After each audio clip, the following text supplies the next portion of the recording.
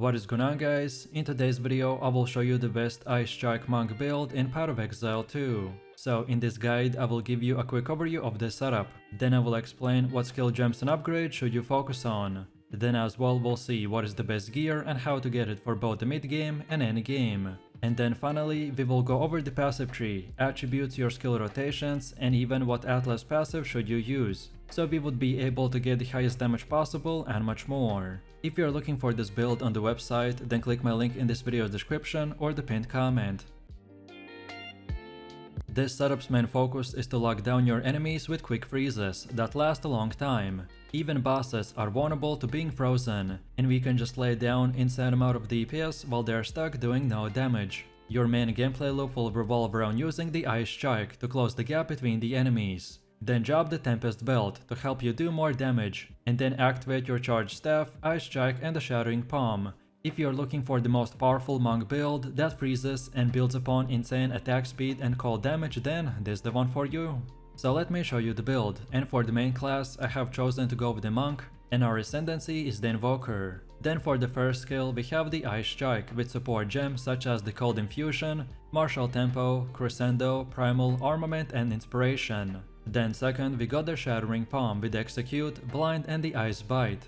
Then next we got the Herald of the Ice with Magnified Effect, Cold Mastery, and Elemental Focus. Next we have the Ghost Dance with the Fast Forward and Clarity. Next up we have the Charged Staff with the Perpetual Charge, Persistence, and Maim. Then for one of the last ones we got the Unbound Avatar with Fire Mastery and the Lightning Mastery. Then next we have the Charge Infusion with no support gems. Next up we got the Tempest Belt with Rage, Heavy Swing, Glacianation, and Overabundance. Then for one of the last ones we have the Wind Dancer with Culling Strike, Cannibalism, and Vitality. And finally for the last one we are using the Combat Frenzy with Profusion and Precision. Most of this setup is structured around using the Ice Strike and the Tempest Belt to delete enemies in split seconds. So we use gems and skills that will support and increase their speed and damage, while the rest are powerful buffs and utility skills that usually get activated in the background. Next we also have a leveling build in case if you're starting your journey from level 0 and you want to use it up until about level 25, where you should start getting our most important skill like the Ice Strike. So first off we have the Glacial Cascade with support gem called the Magnified Effect. Then next we have the Frozen Locust with the Martial Tempo. Then next we also got the Shattering Palm with the Execute and the Ice Bite. And then finally we are using the Freezing Mark with the Persistence. This is your basic setup up until you get our build's two most important skills. In the early stages of progression, we're using the Glacial Cascade and the Frozen Locust as our main ability combo, as they're very powerful, especially at the beginning. Next up we have our passive tree, and if you're interested in a full in-depth guide on how it works, then check out my beginner guide. So let's take a look at our setup, and we want to start at the skill speed node. Then go like this until we get these three, so Flow like Water, Mindful Awareness, and the Step like Mist. Then next we keep continuing going like this, and take all of these, so the Flow State, Crashing Wave, then also Moment of Truth, and finally the Conservative Casting. Next we move forwards until we are here, and then we take the Killer Instinct and the Tenfold Attacks. Then next we now take the left side and keep going until this half circle, while on our way taking all of these blue nodes, as well as the Resonance Keystone, and then stopping at this Deep Trance node. Then now we want to circle back a little, and keep going up top until we get to this Spectral Ward. Then afterwards we go till the end, and now take the right side, and then get all of these nodes that you can see right here. And then finally from this point and onwards you can unlock the rest of the nodes in whatever order you prefer.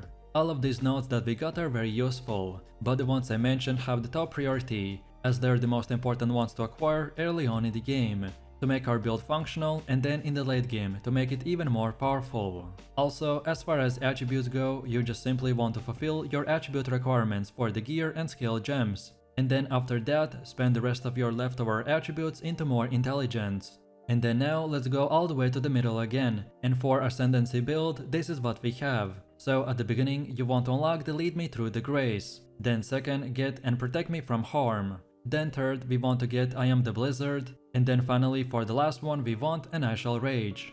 In PoE 2, earning skill points take a lot of hard work, so it will be smart not to spend your points recklessly. Of course, you can refund your passive points later, but only at a cost, so following a specific setup is extremely useful. If you are following this build, then make sure to not to deviate from it, as some of the decisions that I made might not make sense at first, but is going to pay off later. So feel free to use the exact same path as I have right here, and don't forget to check this video's description to find the link for this website, and this should make it easier for you to follow the tree. Next up we have our Atlas passives, and the general idea behind this is to aim for bonus passives that will spawn a lot of grouped up monsters, such as in expeditions or in rituals. Our Ice Strike Monk build is also great at single target DPS, so we can also spend a bit points into farming boss maps or the essences. Our Monk build is also great at single target DPS, so we can also spend a bit points into farming boss maps or the essences. So when we start, we want to first of all get to this bottom right side like this. Then from here we can go until we get all the way to this point. Then next we get back to the middle and this time take the bottom left side and get all of these passives until this circle. And then when all of these are done, then we go again to the middle, and this time take the middle part, and unlock the rest of the nodes in whatever order you prefer. Next we have our gear. The weapon of our choice is the Expert Slicing Quarterstaff with the bonus stats like the increased physical damage, adds more to physical damage, more accuracy, increased crit chance and attack speed. Then for the helmet we have the Expert Veiled Mask with evasion and energy shield. And for extras we want more increased evasion and energy shield. Then also max life and mana. And finally any type of resistance like fire or cold. Then for chest we have the Expert Scalper's Jacket with evasion and energy shield.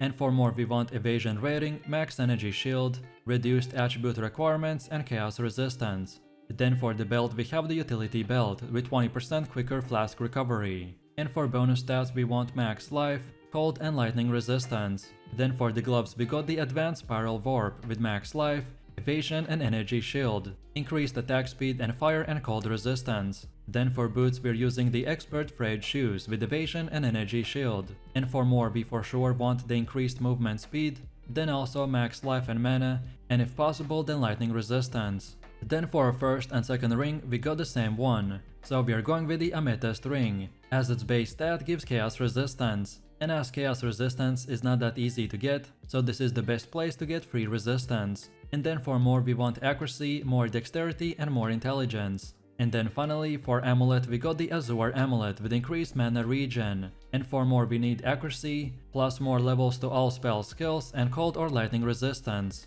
No matter which gear you choose, just at least try to get 75% resistance cap on all 4 elements. This is a starter setup, which should be more of an example of what stats and prefixes to look for. The next we have the runes. During early item progression, most gear is sacred with resistant runes, like the Desert Rune, Glacial Rune or the Storm Rune. However, once your elemental resistances have been capped and elemental resistant runes are no longer necessary, then you want to opt in to increase your maximum life with body runes or consider sacring a soul core. So for our setup, on the weapon and jacket we have the Iron Rune, then on our gloves we got the Storm Rune, and then lastly on our mask and shoes we are using the soul core of the Sadie. And as far as getting this gear goes, by far the best way to get better gear in the campaign is to check the vendor in the town each time you level up, as vendors change their offerings based on your level, so this is the best way to find upgrades. And then after level 65, you just want to keep continuing repeating your maps until tier 16.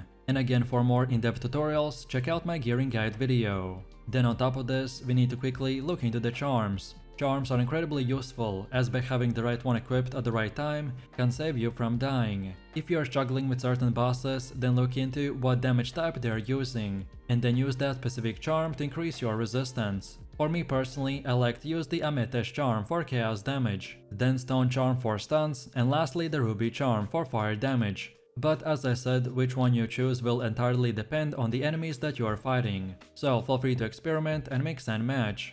And now finally, let's quickly take a look at how this build will work, and I will show you 2 rotations. So first up we have a very basic rotation, which is meant to clear big monster groups and just weak enemies. So all that we want to do is use the Shattering Palm and then follow that up with the Ice Strikes. The Shattering Palm in this case will act as the first engage mobility tool and to increase our crit rate, so then we can simply spam the Ice Strikes and obliterate enemies in few seconds. Or then the second rotation we mainly use against single targets and bosses. So this time we want to start with using the Ice Strike 4 times. Then next we use the Tempest Belt. Then afterwards 4 more Ice Strikes. Then Charge Staff. then again one more Tempest belt, and now finally you can keep spamming the ice strikes as much as possible. The main idea behind this is to use the Tempest belt as a buffing tool, because it gives us a lot of damage and some extra attack range buff, so then we can use our ice strikes and the charged staff as our main DPS skills, and then just rinse and repeat.